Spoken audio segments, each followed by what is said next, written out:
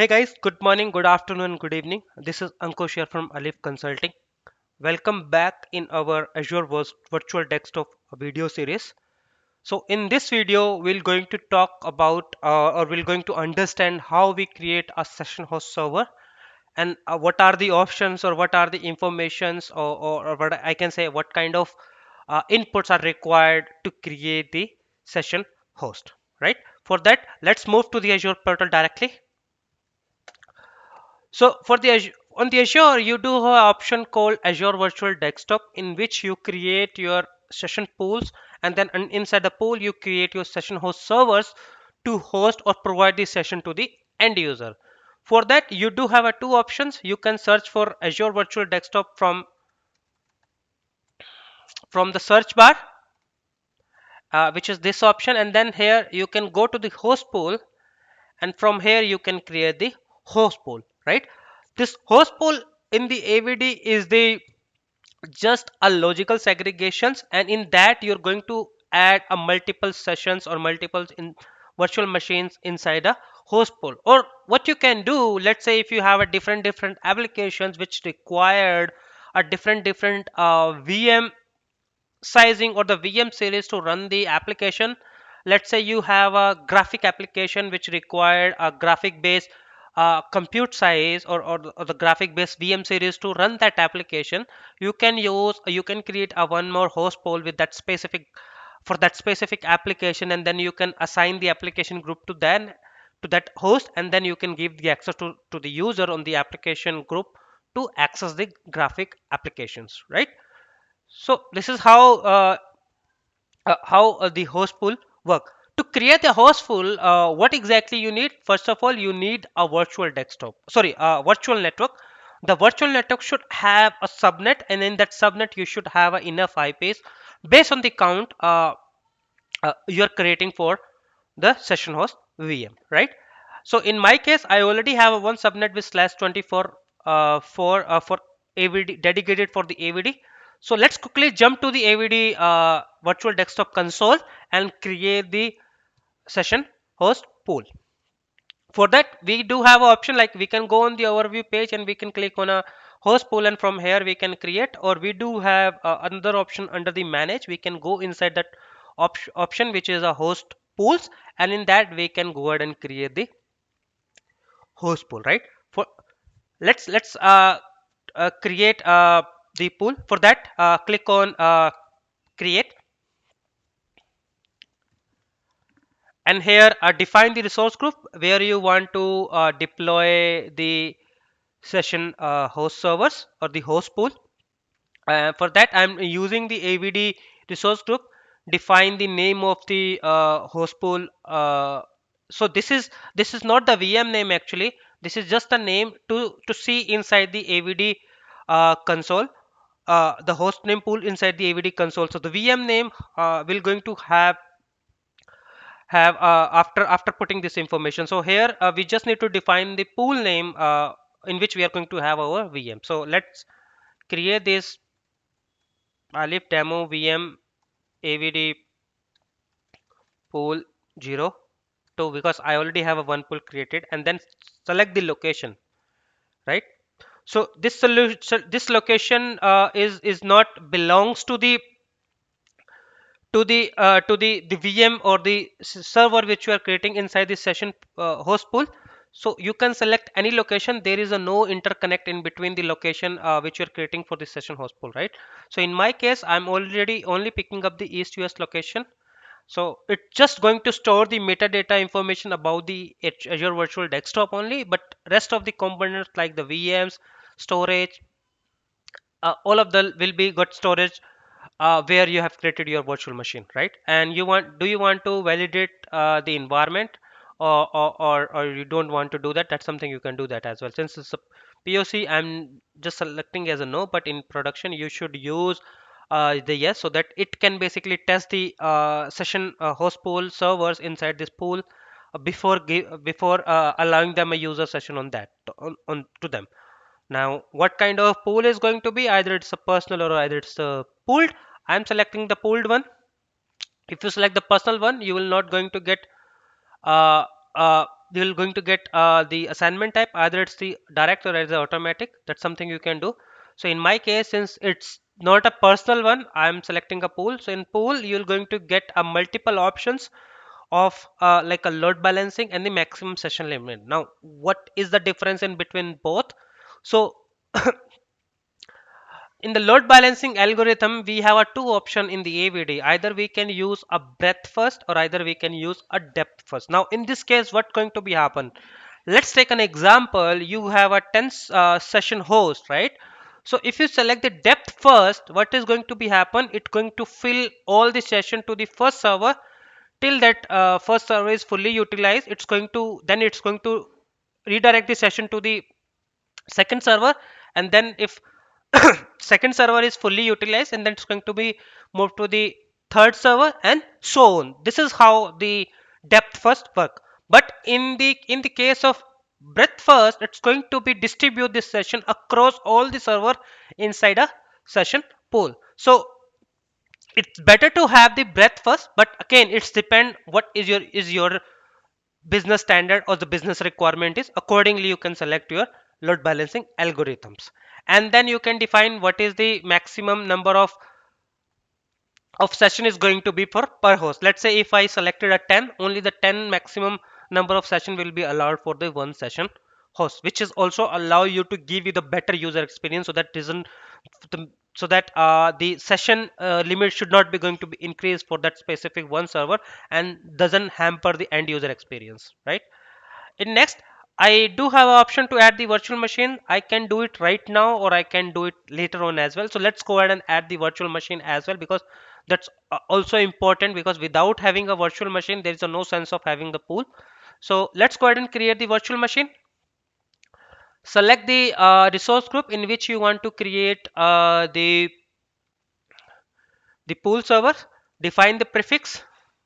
So Alif AVD, sorry, it's not VST, AVD demo, right? I am selecting this as a prefix. So this is not the name of the VM, it's a prefix which AVD is going to be used to generate the name for the session host VM which we are going to create. Select the VM availability location. So in my case, I have my virtual network deployed in India, and I'm going to select this virtual location, VM location in India. You see, you have selected a different location in the previous window where we have selected the East US to only store the metadata, but now we are creating the our resources only for the or only inside the Center India location. Now we need to select the availability zone, in which availability zone we want to put this session host server. So I'm doing it in zone 2, and then we do have a security type. Either we want to use a TPM or either we want to use the standard security level for this VM. So TPM is basically for generation 2 VM. We do have an option to use that. So in my demo I am just selecting a standard one because it's just for demo.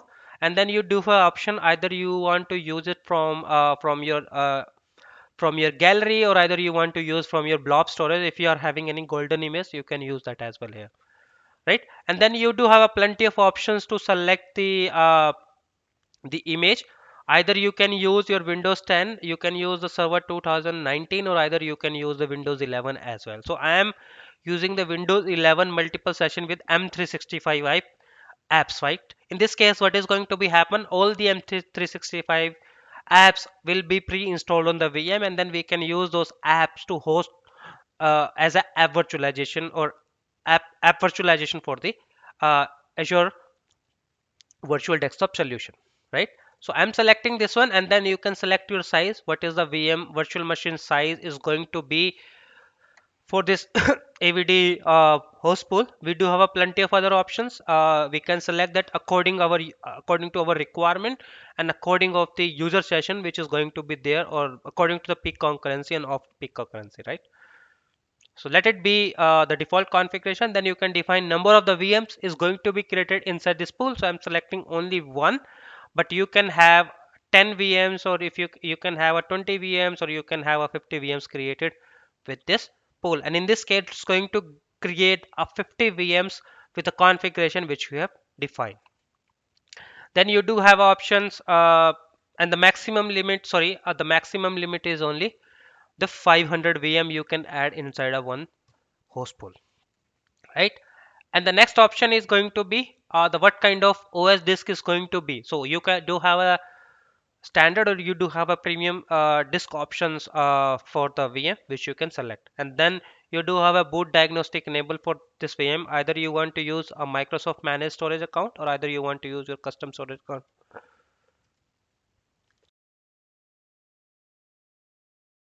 Sorry for that. So you do have a boot diagnostics options. Either you can use the Microsoft Manage or either you can use your own storage account for the boot diagnostic. And at the same time, you do have an option to disable the boot diagnostic, which is not a best practices because you also always need to enable the boot diagnostic for your VM so that in case of any issues or in case of you're not able to connect to the VM from the console, you can see what exactly going inside the VM. And then we do have options to for the networking. We can select in which network we want to deploy our session host servers. We can select which in which subnet we need to deploy this session pools, and then what kind of network security is going to be. Either it's going to be advanced or either it's going to be a basic, right? If we go with the basic, it just allow us to show you want to allow the in public inbound ports, but if you go with the basic, it's going to ask us the network security group which need to be associated with this AVD host, and then later on we can customize the network security group uh, according to the requirement, right? So I am selecting is a basic as of now, and then I do have option to select either I want to use Azure Active Directory or I want to use Active Directory domain server to join this session host server. So we do have both options. So one thing which is a very important, when you using the Active Directory domain server, you need to pass the admin account, you need to pass the admin account password, and then you do have option to specify in which domain you want to join this session host servers. So that's something you can do. You can use to join this VM, but at the same time your network configurations on the VNet or your DNS configuration on the VNet should be configured correctly, and at the same time in VNet in the subnet actually you are deploying this session host server should have a connectivity with the Active Directory domain server, right? In my case, I am using the Azure Active Directory domain service. I don't have Active Directory domain service to be there, and then I do have an option either I want to enroll it into the Intune or not. I am not doing it because I am not looking for any Intune integration as of now. Now I need to define the admin user credential for these VMs the same way we do when we are creating a VM, and this admin credential become handy in case of you need to do any admin operation inside a VM. But the end user is not going to use this account. This is just for the admin peoples to manage the VM inside the operating system. Click on next. Now that's it.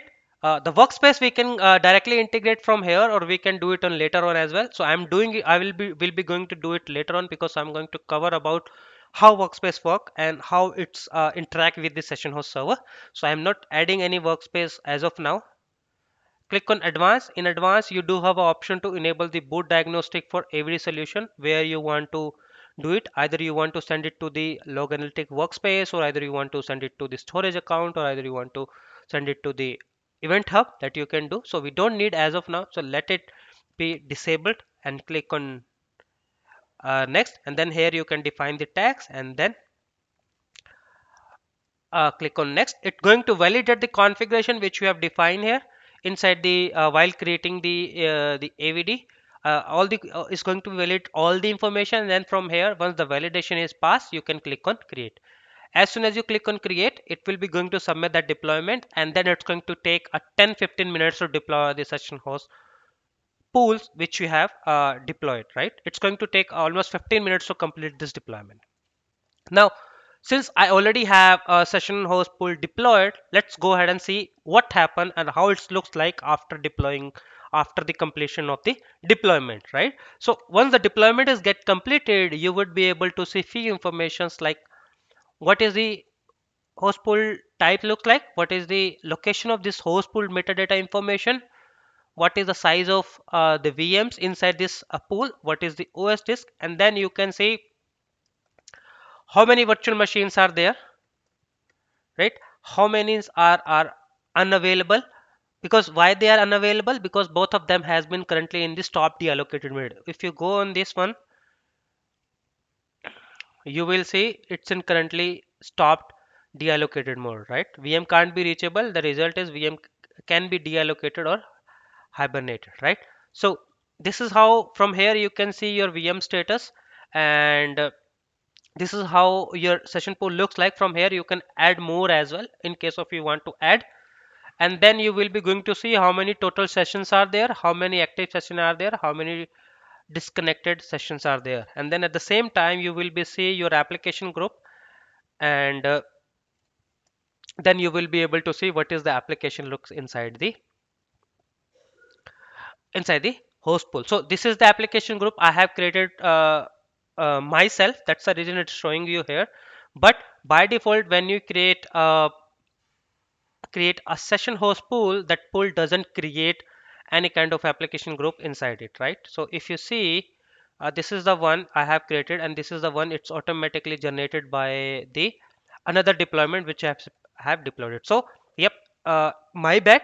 The application group, the first application group associated with the host pool will be automatically get generated, and in that application group, what exactly it's going to be contained? It's going to be contained a full desktop version of the uh, full desktop version to the end user, so that they can take the